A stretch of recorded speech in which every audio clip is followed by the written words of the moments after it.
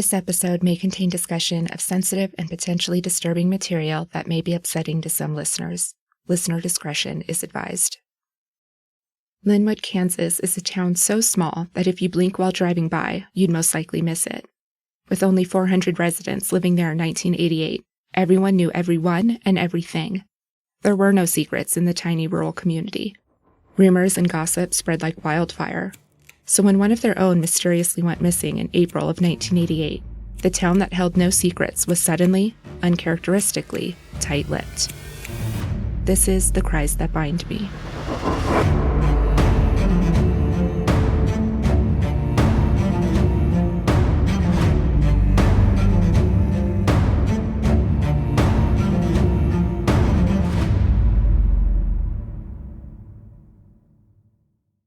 So many people go missing every year that it's next to impossible for any country to keep an accurate report of their statistics. Sometimes there are signs: mental illness, a psychotic break, a failed or dangerous relationship, wanting a new start. They're all understandable explanations for the sudden absence of a loved one. But when the family of a missing person insists their child, their friend, their partner didn't fall into any of the previous categories under any circumstance, then the story changes. The missing individual is described as happy, cheerful, never knew a stranger, they made a friend out of everyone, they lit up any room they entered. But that's when things get complicated. When no signs or clues are left behind, it leaves everyone else desperately trying to piece together their own scenarios to make sense of the situation. A kidnapping, botched investigations, corrupt law enforcement, human trafficking. Fingers are pointed in any and every direction they can.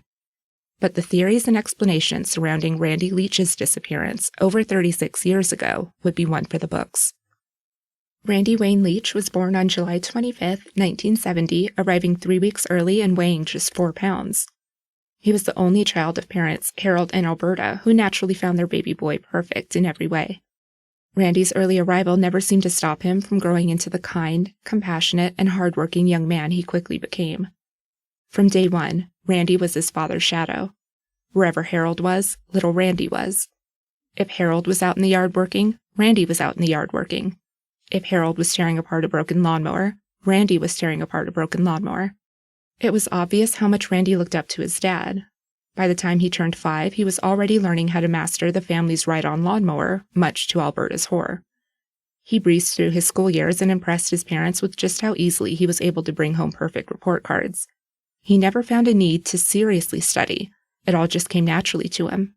One semester in high school, Randy brought home a report card with a couple B's. Definitely not the norm for him. Harold promised him a fresh $50 bill if he could bring home straight A's on his next report card.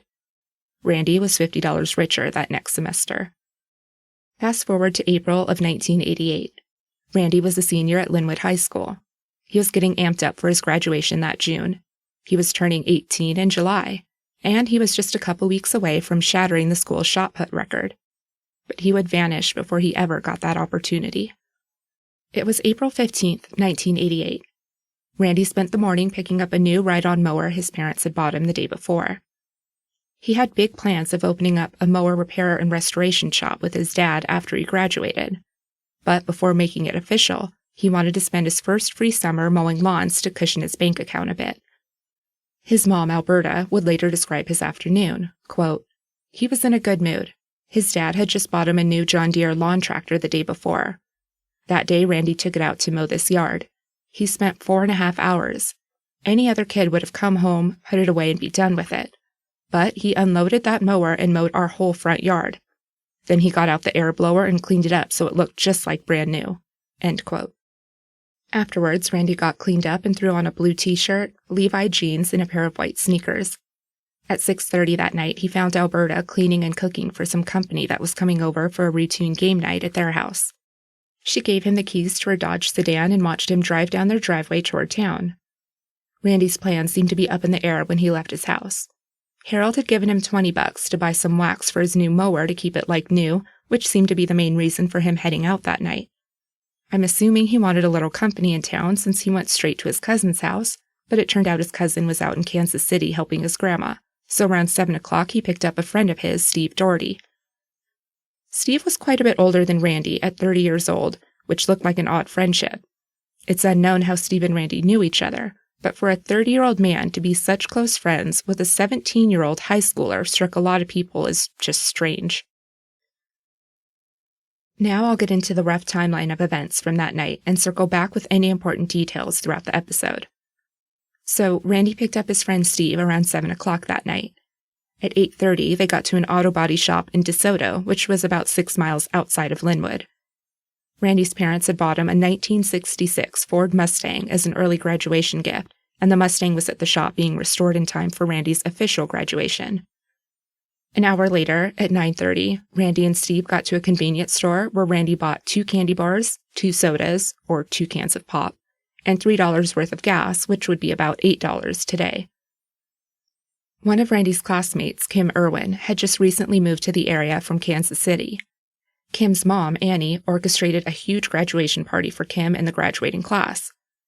Although Randy told his parents he wasn't really that interested in the party and probably wouldn't go, he and Steve wound up there sometime around 10 o'clock. By 1:30 a.m., so technically it's the next day, April 16th, just after midnight. Randy was ready to leave the party, but looked pretty unsteady. One of his friends, John, told Randy he'd drive him home and asked to hold on to Randy's keys. But Randy couldn't find them, so he went off to look for them while John took another friend home around 2 a.m. 2:30 rolls around and John pulls back up to the Irwins. But Randy's gone. He's not inside the house or hanging around the bonfire outside. His car's also gone. In a party with up to 150 guests, Randy just disappeared. No one saw him leave the house. He wasn't seen walking around the yard where kids were drinking by the bonfire. No one saw him hop into his car and drive off. He was just there 1 minute and gone the next. A few hours later, at 6 a.m., Alberta woke up. She was surprised it was already morning and she didn't remember Randy coming home the night before. Anytime he'd pull into the driveway, his headlights would light up her bedroom window, which faced the front of the house. But that morning, Randy wasn't anywhere in the house. She grabbed Harold and they walked out to the driveway, trying to figure out what was going on and hoping they'd see Randy driving down the street after a long night of partying. As they stood there barefoot, wondering where Randy could be, cars drove past them on Highway 32, which ran right past their house. But a car traveling way under the speed limit grabbed Harold's attention. The car was driving under 10 miles per hour on a highway with a 55-mile-per-hour speed limit. It was extremely suspicious and stuck out. Cars never traveled that slowly on the highway. As the car got closer, Harold saw Steve Doherty driving the car, straining his neck to keep his eyes on the leeches as he drove by. By 7 o'clock, after understanding something really wasn't right, Alberta called her brother, Richard Rose, who happened to be a police officer in nearby Lawrence. Alberta told him how Randy had gone to a party at the Irwin property the night before, but nobody had seen him since. Richard drove out to the Irwin farm himself and was shocked as he pulled up. The property was completely clean. No trash or remnants from the party just hours before. The house was spotless. Richard would later say, quote, "You couldn't even have told there was a party there. They wouldn't do a thing to help me," end quote. So before we go into the search efforts after Randy's disappearance, let's go over a few details from that bonfire graduation party the Irwins threw. There are a lot of discrepancies and varying reports of what went down that night. Whether that's because people were drinking and details were fuzzy, or people felt pressured by law enforcement to provide any sort of an answer, who knows. But by all accounts, it appears Randy got to the Irwins between 9:30 and 10 o'clock that night. He was never seen with a drink of any kind, but everyone at the party who knew Randy described him as acting off. He was swaying a lot, and everyone thought it was pretty obvious he was drunk or under the influence of something. But again, he was never seen drinking. And he never took drugs, so the possibility of him being on something just really didn't make sense. His lack of control seemed to worry his friends, though. At one point, when Randy was outside by the bonfire, he was so unsteady on his feet that he almost fell straight into the fire pit. Luckily, someone grabbed him and pulled him away from the fire in time, but it was still disturbing to everyone else. A lot of people suspected he may have unknowingly been drugged that night. Randy even told a couple people he felt, quote, unquote, weird. At another point during the party, a friend went out to their car, only to find Randy napping in the back seat. Randy took his own car to the party that night, so why was he sleeping in someone else's car? But even with all of that, Randy's behavior wasn't the only concerning thing happening that night. Annie Irwin was throwing an early graduation party for her daughter, Kim. Super nice and generous of a parent to do that, and even open up their home to the entire graduating class. Granted, their class only had a total of 35 students graduating, which was the school's biggest graduating class to date, but still, very nice of a parent to do that. But what's weird is the fact that Annie herself mixed up bowls of spiked punch to sell to the kids, these underage kids. She charged $3 for a cup of punch, but offered free refills. Again, what a generous woman, right? But this wasn't just ordinary spiked punch with some cheapo alcohol. She was using 150 proof alcohol. That's Everclear, or Bacardi 151. A beer is around 8 proof. She was serving 150 proof. Even grown adults would have a hard time with that. So thanks to Annie's spiked punch and various drinks brought in by the partygoers, everyone seemed to be wasted. And there was Annie happily pocketing money from these young teens as she handed out alcohol. I mean, it's one thing as a parent to sort of look the other way when underage kids are bringing alcohol to your house and getting drunk. Some parents feel like their kids are going to drink no matter what, so why not keep them at home where they know they'll be safe? But to go out of your way to knowingly supply the alcohol to young kids and make a profit off of it, I think that's in a whole other league here. Regardless, several people reported that Randy really wasn't acting like himself that night. They didn't know what was wrong, but there was definitely something that was very obviously affecting him. Randy's curfew of 12:30 came and went, but not long after, Randy started to get ready to head home. He was still very obviously inebriated, but luckily his friend John did the mature thing and told Randy he couldn't drive home alone. It's pretty impressive such a young kid would have the brains to see that not only was Randy too drunk or drugged to drive, he stood up to Randy and insisted he would drive him home. When Randy realized he didn't have his car keys on him, John told him to go look for them while he would quickly take another friend home and then he'd be right back to get Randy. After John left, Randy hung around the house while he waited. Annie later reported she saw him standing in line to use the bathroom around 2 o'clock. John was gone less than half an hour, but by the time he had pulled back up to the Irwins, Randy's car wasn't out front anymore. He still went inside to check for him, but Randy wasn't there either. No one saw Randy leave that night. No one saw his car pull out onto the only road leading in or out of the property. And no one saw him standing in line for the bathroom, except Annie.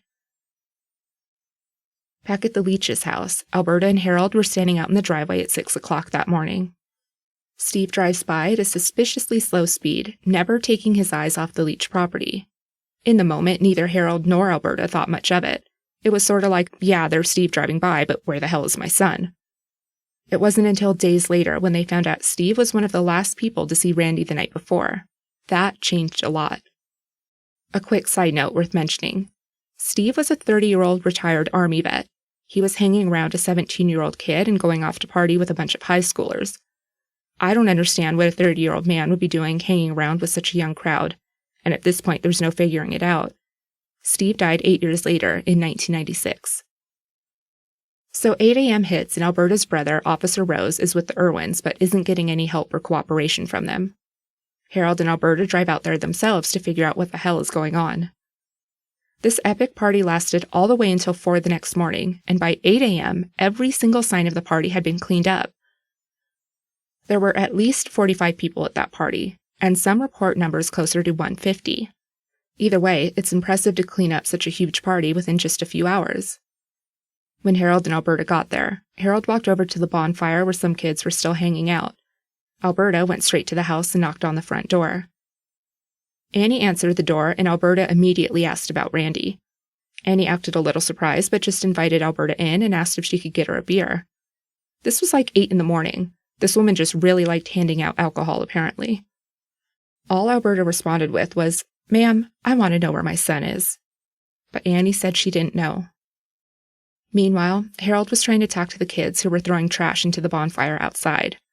When he asked them about Randy, no one had any information to share, but Harold noticed an obvious shift once Randy's name was mentioned.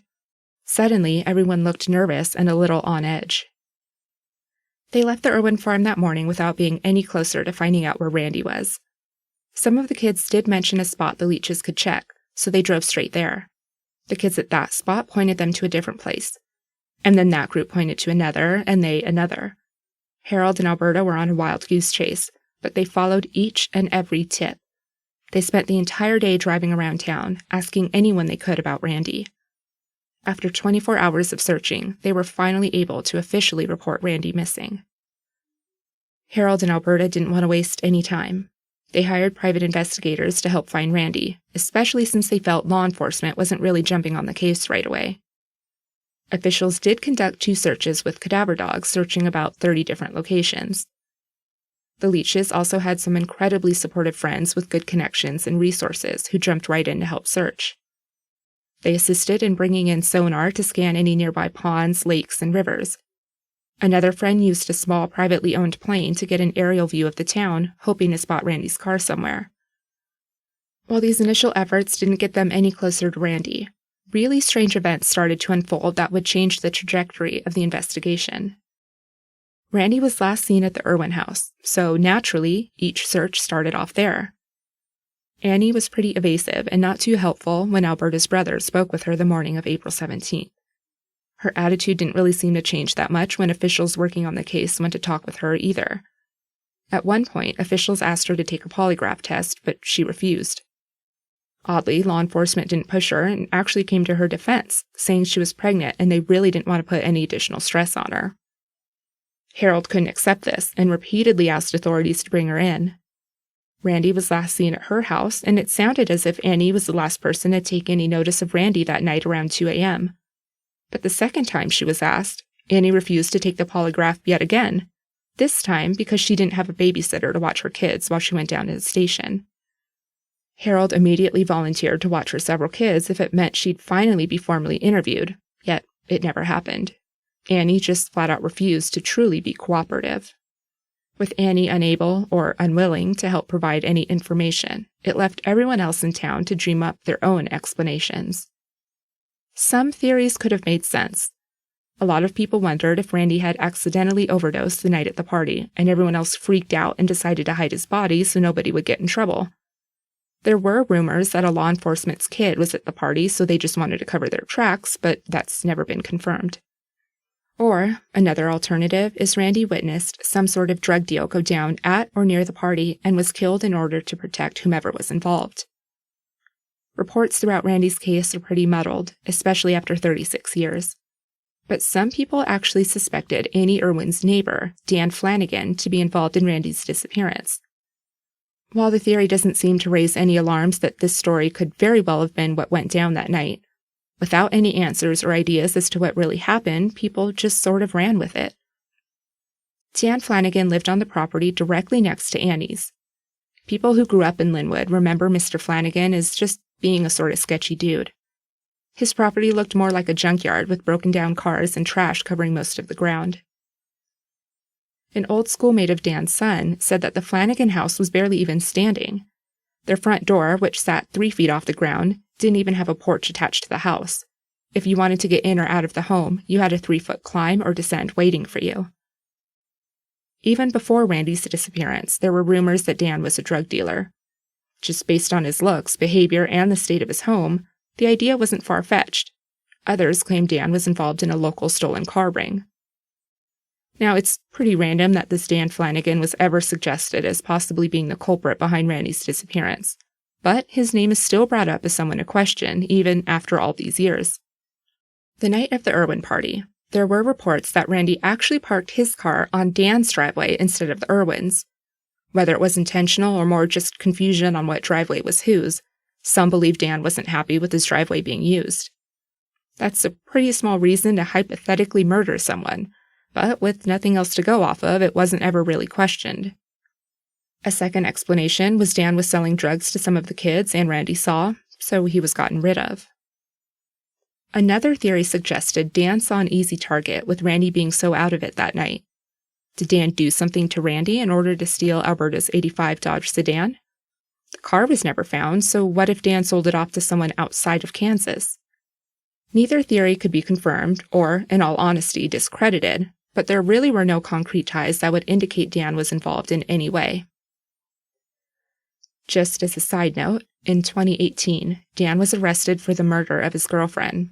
She sustained several shotgun wounds, and Dan's roommate saw him standing over her lifeless body, ordering her to get up. He's currently serving a 59-month sentence.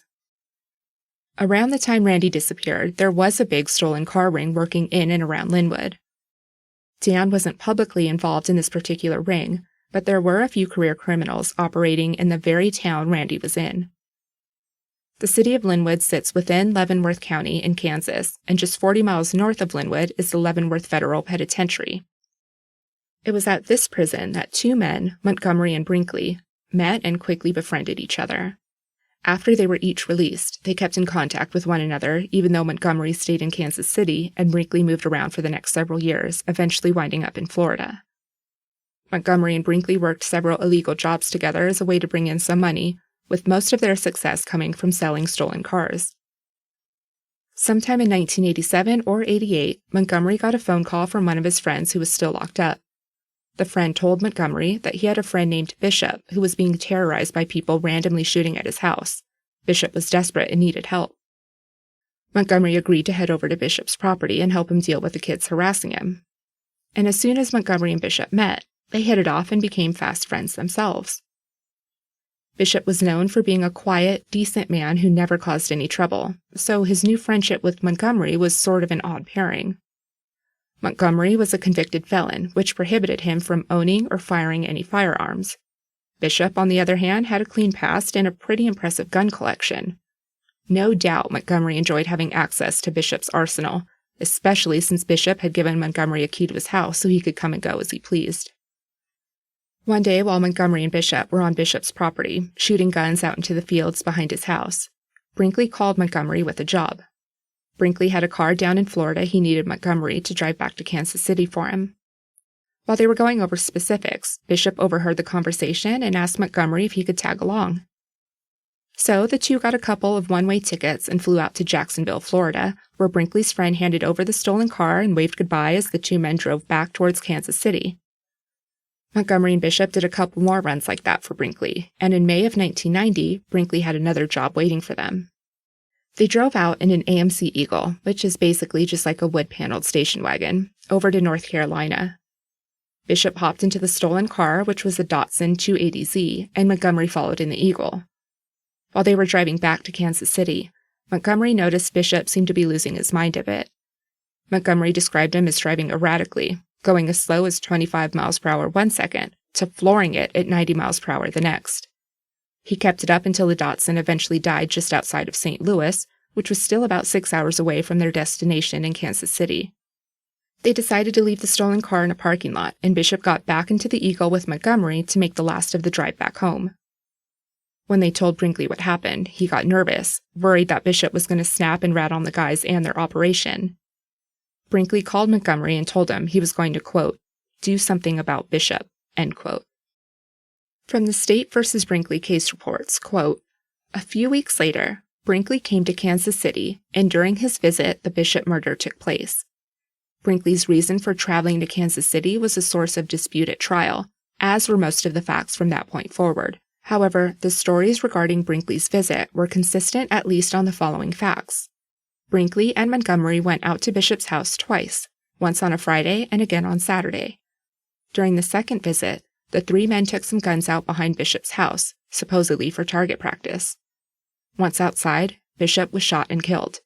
Brinkley and Montgomery placed Bishop's body in a 55-gallon steel barrel, welded the lid shut, chopped holes in the barrel, and rolled it into the Missouri River. The body was never found. Brinkley left town the next day. End quote. When law enforcement finally connected the dots and brought Montgomery and Brinkley in for questioning, each man pointed the finger at the other. Montgomery was eventually offered immunity for Bishop's murder, which is when he told officials all about the shooting and stuffing Bishop's body into a barrel. What Montgomery failed to notice, though, was his immunity was only in place for the trial of Bishop. Another man named Lloyd Folsom, who suffered the same fate as Bishop, was brought up in the interview.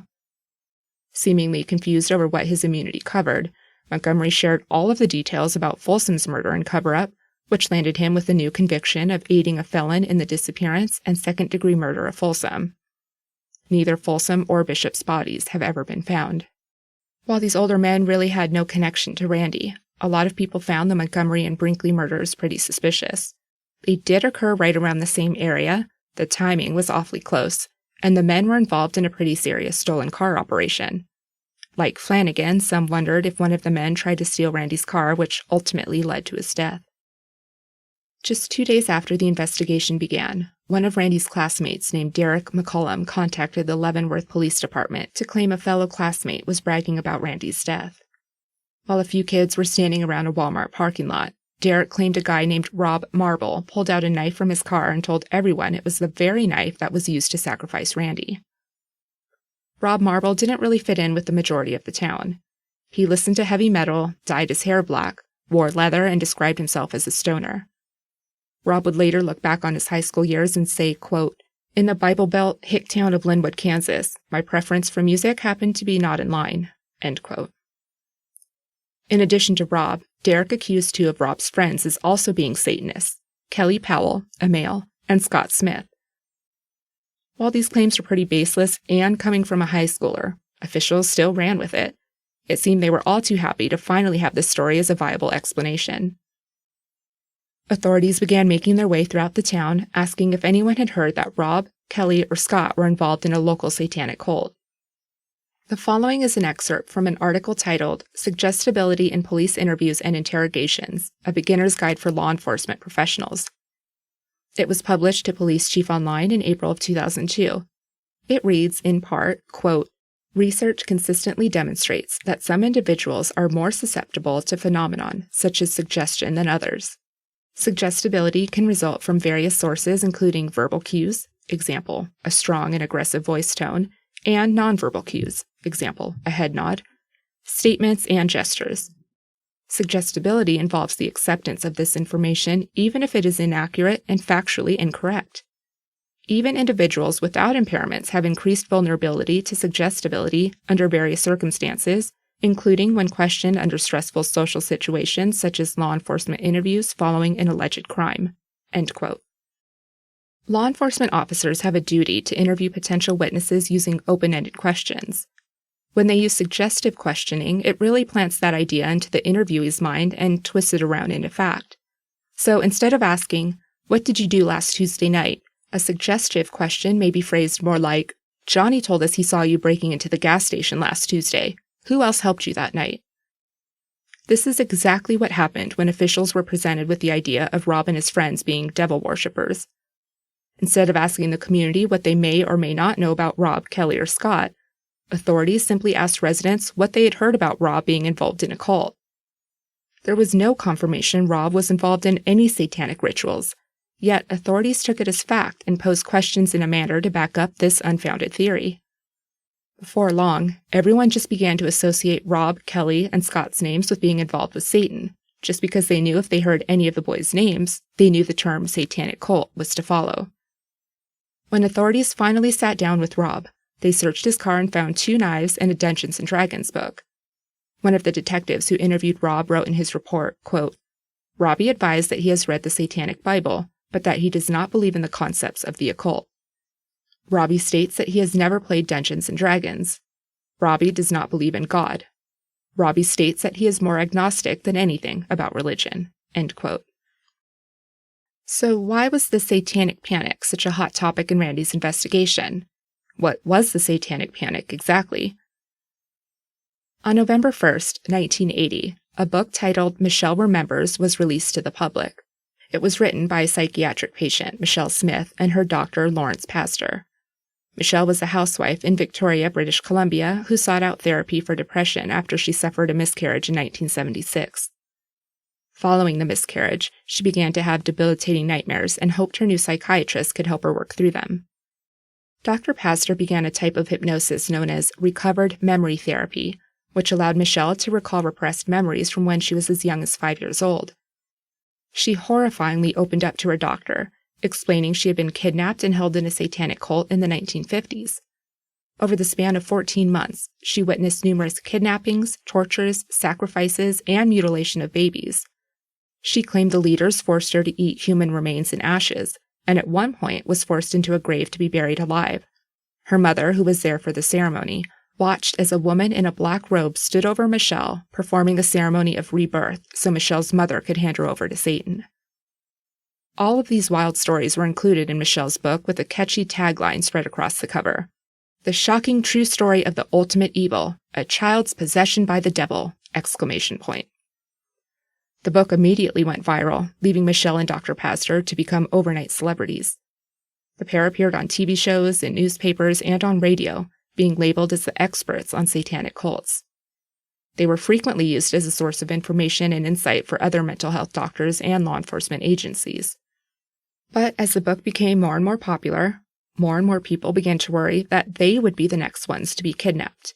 Even worse, it encouraged a lot of copycats to go out and commit some of these heinous crimes in the name of Satanism. Despite Michelle's newfound notoriety, her dad spoke out publicly about how horrifying her claims were. He stated Michelle's late mom was nothing but a loving, caring, and gentle woman who doted on Michelle. The idea that Michelle could fabricate such outlandish lies was destroying him. To back up his side of the story, it was confirmed Michelle never missed an extended period of time from school. She never had any visible injuries from the so-called rituals she was forced to partake in. But still, it didn't stop everyone else from worrying these very sacrifices could call them next. And that is how the Satanic Panic was born. So now you have this tiny little town of Linwood, basically in hysterics, always looking over their shoulders, afraid they'd be kidnapped and sacrificed to Satan. It left everyone paranoid and questioning everyone else in town. When authorities were asked about their focus on the Satanic Panic movement being the focal point of Randy's investigation, the sheriff's office spokesperson explained, quote, "If they had initial information that there was a cult or satanic involvement, they may very well have asked questions about what his beliefs were, but I don't think anything they did was less than a well-intentioned effort to solve the case. Some leads are strong, some aren't." End quote. If Randy wasn't responsible for an intentional or accidental overdose that night, and none of the men from the stolen car ring played a part in his disappearance, then satanic cult members obviously were responsible for his death. That's what everyone argued. There was the story of Randy being hung up inside an underground cave as a warning for other kidnapped residents. That turned out to just be a guy on drugs who hallucinated being in a cave with Randy's dead body. Then some said he was sacrificed and burned at the bonfire for some satanic ritual. He was tied to a tree and left for dead while cult members watched in silence. Anything at the hands of satanic cult members was quickly brought to the table. And it was very often accepted, no matter how outrageous it may have sounded, because remember, this was in the midst of the very frightening and dangerous Satanic Panic movement.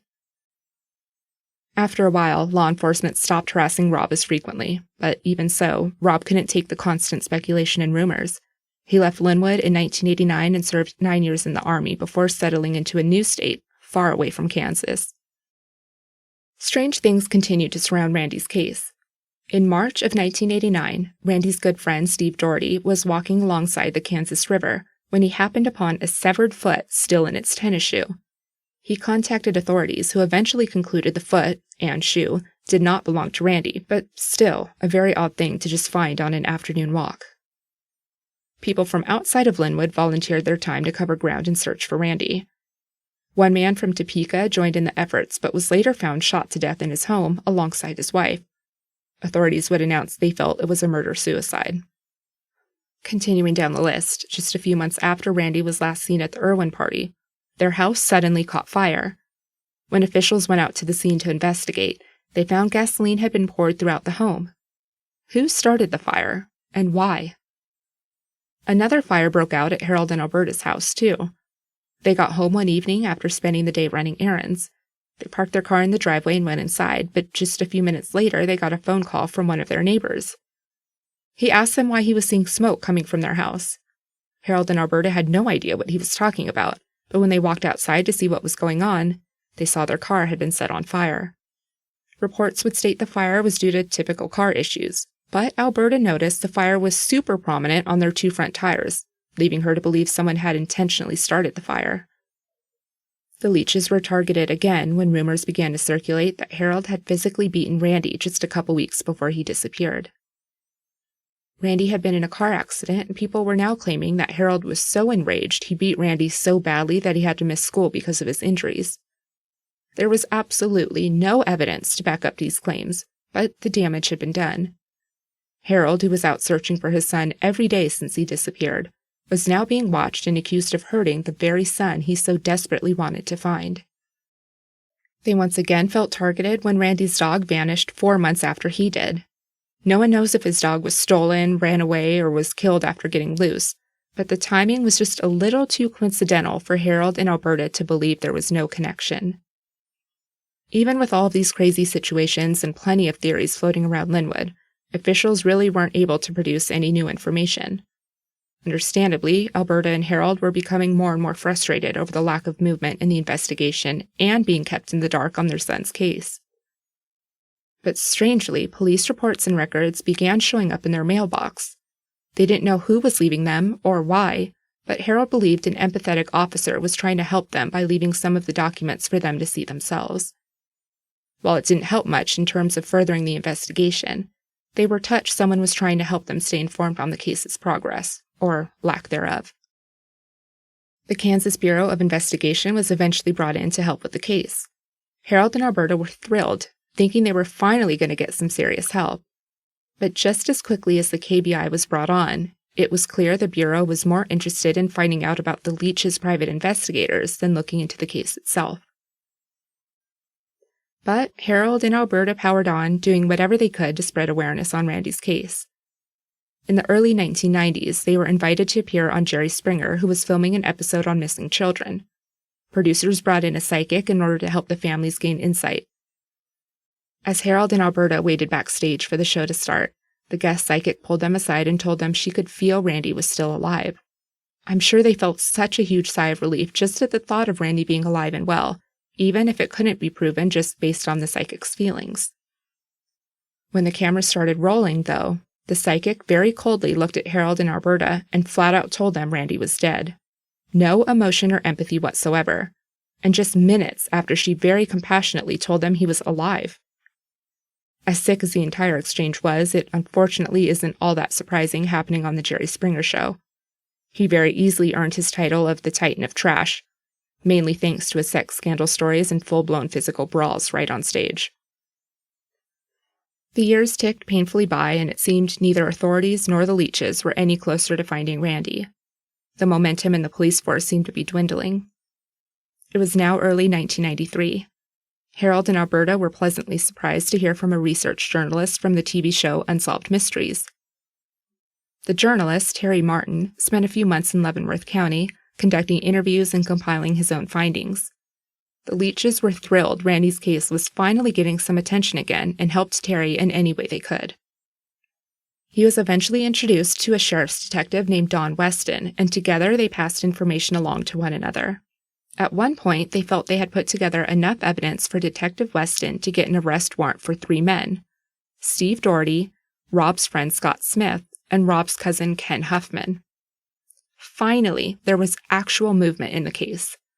Steve, Scott, and Ken were held overnight, but less than 24 hours later, they were released. Sheriff Nye would later say, quote, "She was a new investigator and overzealous, so to speak. It didn't pan out when the evidence was double-checked by the county attorney," end quote. It's unknown what Terry Martin and Detective Weston may have uncovered during their short time together. Whatever it was must have been damaging enough for them to fear for their safety after Steve, Scott, and Ken were released. Dawn Weston fled the area. Her new pal, Terry Martin, fled with her. Once again, the Leaches were back at square one. After such a confusing time with Terry that went nowhere, they reached out to Unsolved Mysteries to figure out what went wrong. They spoke with executives who seemed rather perplexed. They told the Leaches they weren't working on any stories or coverage on Randy. But worse, they didn't know anyone by the name of Terry Martin. After Terry left, people started to figure out he wasn't who he said he was. Not only that, he switched between using the names Terry Martin and Lee Harper. Unsolved Mysteries didn't work with anyone by the name of Martin or Harper. Terry, or Lee, was a fraud. Terry or Lee or whoever he was did open the doors for the Leaches to work with Unsolved Mysteries, though. After Harold contacted them to find out who the hell this random guy was, it must have given producers the idea to actually cover Randy's case, for real. Before the crew arrived in Leavenworth County, the sheriff called Harold to quote-unquote get their stories straight. Harold very calmly told the sheriff his only plan was to share the facts with the production team. The show sent out some employees to interview the family, friends, and community. Several of the kids from the party sat in Randy's house, telling their versions of what happened at the party 5 years before. The production team moved on to getting footage of the town and different locations tied to the case, but their momentum seemed to be halted once they heard from law enforcement. Without any warning at all, the team was just gone. They hadn't gotten much material for their show, but after spending just a few hours with the Leaches, the production team seemed to ghost them. Harold reached out to them several times, just wanting to know if the show was still on or what their plan was now. All of his phone calls, messages, and voicemails remained unanswered. Alberta later learned that authorities showed Unsolved Mysteries a photo of a boy in a National Geographic magazine. The photo was captured in California, a long ways from Kansas, and really didn't have much resemblance to Randy. But still, law enforcement must have convinced Unsolved Mysteries that Randy was alive and well and just hanging out in California. They had that photo in the magazine to prove it. And, just like that, Randy's story was wiped from Unsolved Mysteries. The Leaches seemed to lose any sort of assistance in finding Randy, and they were still being kept in the dark on his case. Finally, in 2017, they filed a civil lawsuit to get access to Randy's case files up until 1993. Their attorney, Max Couch, stated, quote, "Because of the media's extensive reporting of the matter reveals a plethora of controversies related to the investigation," end quote. A year later, the judge came back with a dismissal, denying them any information into their own son's case. From Judge David King, quote, "They contain no information that would promote the public interest," end quote. Officials on the case backed up Judge King's ruling, saying by leaking the documents, it would only compromise the safety and identities of some of the people found within the files. Harold and Alberta were forced to stay in the dark. In early 2018, one of the lead detectives on Randy's case, Timothy Dennis, shared with the public what he thought really happened to Randy. Detective Dennis was brought onto the case about 10 years after Randy's disappearance. Although he retired in 2010, not having any closure to Randy's case has haunted him after all these years.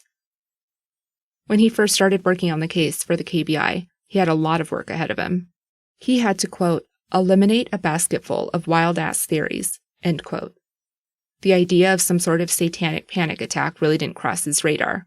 While he did look into the theories, it was pretty obvious from the beginning that it was just unfounded hysteria. One of the first things Detective Dennis did was drive straight out to the Irwin property. He simply stood there, taking in all of his surroundings. Although he didn't know what really happened, he felt that it was just simply a tragic accident. He was adamant that any sort of murder or cover-up was way too far-fetched. He said, quote, "Nobody's talked. No evidence, no car. Those things don't happen in criminal cases, unless the CIA hit team came in," end quote. So what does he think took Randy away over 30 years ago? An accidental drowning. The Kansas River runs about 173 miles long through the northeastern part of Kansas. It drains throughout Kansas, southern Nebraska, and eastern Colorado. The depth of the river varies throughout its stretch, but can be as deep as 20 feet in some areas, although in Linwood it runs closer to 2 to 10 feet deep on average. It's about 2.6 miles wide, but can go as wide as 4 miles or as narrow as 1 mile. Overall, the river is pretty unobstructed and flows freely. There's a dam system in Lawrence, which is 10 miles to the west of Linwood, that's used for hydroelectric power. There are also several diversion weirs which are in place to control water levels. The weirs typically lead to another waterway, so any one channel doesn't build up too much. All of this to say, water within the Kansas River can move to a number of different places. Now, to leave the Irwin property, Randy had two choices. He could head north and hop on Highway 32, or go in the opposite direction and travel on a back road, which is now known as Golden Road. Several of the kids at the party reported they felt Randy was either high or drunk. Whatever it was, he wasn't himself. Detective Dennis theorizes that if Randy really was under the influence, it would make sense that he'd choose to take the lesser-traveled Golden Road to avoid being seen or pulled over by any law enforcement officers. So let's go with this theory. Randy left the party sometime after 2 a.m., and because he wasn't completely sober, he decides to play it safe and take a quiet road home to avoid being spotted driving under the influence. Back in 1988, there was a single-lane bridge that ran through Golden Road with Stranger Creek running below. If Randy had been driving over this bridge and wasn't fully coherent, he could have very well driven his car off the side of the bridge or missed the bridge and driven right into Stranger Creek. He either could have been injured or unconscious from the fall, or just so inebriated he couldn't figure out a way to escape the car and get back onto dry land. As a reminder, Randy was driving his mom's 1985 Dodge 600 sedan that night. The sedan stood just about 4.5 feet tall, but Stranger Creek is only about 1 to 3 feet deep, so you would think a 4.5-foot tall car would be seen well above the waterline. A lot of officials laughed at Detective Dennis's theory. It was impossible for a car to be concealed in such shallow water.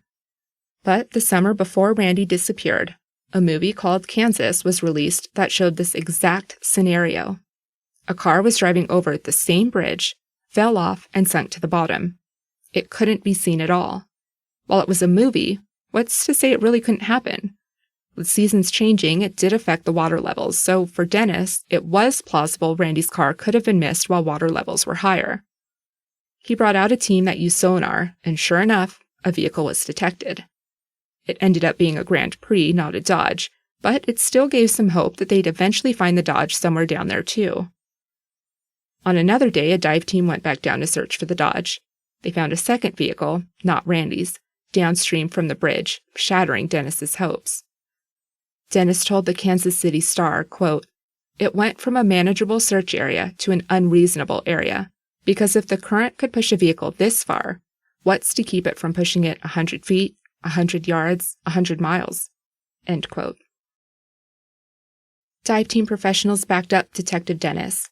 One diver, Bill Feller, also spoke with the Kansas City Star and said, quote, "He could be anywhere between that bridge and St. Louis. You're looking for a needle in a haystack, and you don't know which haystack to look in." They feared Randy's car entered the water and was either pulled away by the water flow or slowly pulled down into a pit at the bottom of the river, eventually being covered by sediment, which would make it extremely difficult for any equipment to detect it. Year after year, Harold and Alberta looked for Randy, every single day. Even as Harold's health began to decline, he never gave up looking for his only son. On January 28, 2021, Alberta sat with Harold as he took his last breath. "It's been a heartbreaking day, but it's been 32 years of heartbreak," Alberta would later say. She's now alone, but despite her never-ending heartache, she still continues to look for Randy, believing she has the love and support from Harold with her at all times. Randy Wayne Leach was a senior at Linwood High School in Kansas. He was 17 years old when he was last seen at a graduation party held by the Irwin family. The night he vanished, he was driving his mom's gray 1985 Dodge 600 with license plate number LVJ8721. Although Randy was a tiny 4 pounds when he was born, he grew into a massive 6 foot 3 inches, weighing between 220 and 232 pounds. He had brown hair and blue eyes and a mole on his left ear. He was last seen wearing a blue t-shirt, Levi jeans, white socks, and white tennis shoes. If you have any information related to Randy or his disappearance, please contact the Leavenworth County Sheriff's Office at 800-572-7463.